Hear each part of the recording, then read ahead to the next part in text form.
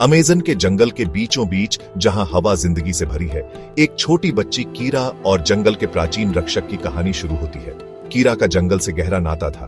गांव के किनारे पली बढ़ी वो अक्सर जंगल में घूमती रहती थी। पेड़ों की सरसराहट और चिड़ियों के गाने उसके दिल की धड़कन जैसे लगते थे। गांव वाले जंगल से डरते थे। वो कहते थे कि यहाँ अच्छे और बुरे भूत प्रेत रहते हैं, पर कीरा को कोई डर नहीं लगता था। उसे लगता था जैसे जंगल उससे बातें करता है, हर कदम पर अपने राज खोलता है। एक धूप वाली दोपहर जंगल में खोई हुई कीरा और अंदर चली गई। पेड़ों से छनकर आती धूप जमीन पर परछाई बना रही थी। वो एक खुले मैदान में पहुंची, जहां एक पुराना पेड़ था जिस पर रंग बिरंगी बेलें और फूल लगे थे। जैसे ही वो पास गई, एक अजीब सी खामोशी छा गई। अचानक एक मधुर आवाज गूंजी, मीठी और शांत। पेड़ के बीच से एक चमकदार आकृति निकली। रक्षक, एक देवता जो इंसान और प्रकृति का मिश्रण लग रहा था, उसके सामने आया, जंगल के रंगों से चमकता हुआ। डरो मत, धरती की बेटी, मैंने तुम्हें देखा है। तुम्हारा दिल साफ है और तुम्हारी आत्मा जंगल से जुड़ी है, लेकिन अंधेरा हमारी दुनिया पर छा रहा है। कीरा की आंखें चौड़ी हो गई। सालों से वो जंगल कटने की बातें सुनती आ रही थी, दूर से आ रही की आवाजें, पर उसे इसकी गंभीरता अब समझ आई। कीरा, मैं क्या कर सकती हूँ? मैं तो बस एक बच्ची हूँ। गार्डियन, तुम सबको एक कर सकती हो, पर तुम्हें मदद ढूंढनी होगी। जंगल की कई आवाजें हैं और मिलकर तुम उन्हें जगा सकती हो। दृढ़ निश्चयी होकर कीरा अपने मिशन पर निकल पड़ी। जंगल का सार अपने में समाहित करते हुए वह एक जगह से दूसरी जगह जाती रही। उसने जानवरों से बातें की। एक बूढ़े तेंदुए ने, जिसने जंगल के संतुलन के बारे में बताया। हाउलर बंदरों के एक झुंड ने, जिन्होंने आने वाले तूफानों की चेतावनी दी। और यहाँ तक कि एक रंगीन तोते ने, जिसने एकता के गीत गाए। हर मुलाकात ने उसे ज्ञान और शक्ति दी। अपने नए साथियों के साथ कीरा वापस उस जगह पहुंची जहां पेड़ था। रक्षक की नजरों के नीचे उसने जंगल की ऊर्जा को अपने में समेटा।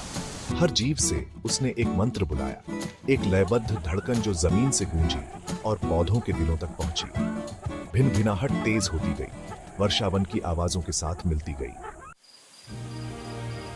जैसे ही उसकी आवाज जंगल के साथ मिली, रक्षक पूरी तरह से प्रकट हुआ। उसका रूप दीप्तिमान और शक्तिशाली। गार्डियन, मिलकर हम जो पवित्र है उसकी रक्षा करेंगे। जादुई मंत्र पेड़ों से गूंजा, जंगल में जंगल की आग की तरह फैल गया। कीरा के साहस से प्रेरित होकर जानवर एक साथ हो गए। खबर पूरे वर्षावन में फैल गई और जल्द ही जंगल के हर कोने से आत्माएं उनके मकसद में शामिल हो गईं। पेड़ हिलने लगे, धरती की जड़ें उनके एकजुट आह्वान के जवाब में कांपने लगी। वर्षावन की सुप्त आत्माओं को जगा रही थीं।